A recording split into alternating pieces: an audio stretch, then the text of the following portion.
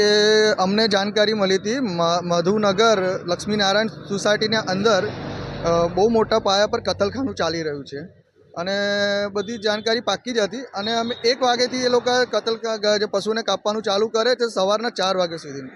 એના પછી વડોદરાના કોને જગ્યા પર આ માંસ વેચાય છે અને એના પછી અમે પોલીસને જાણ કરી કે આવું એક કતલખાનું ચાલે છે.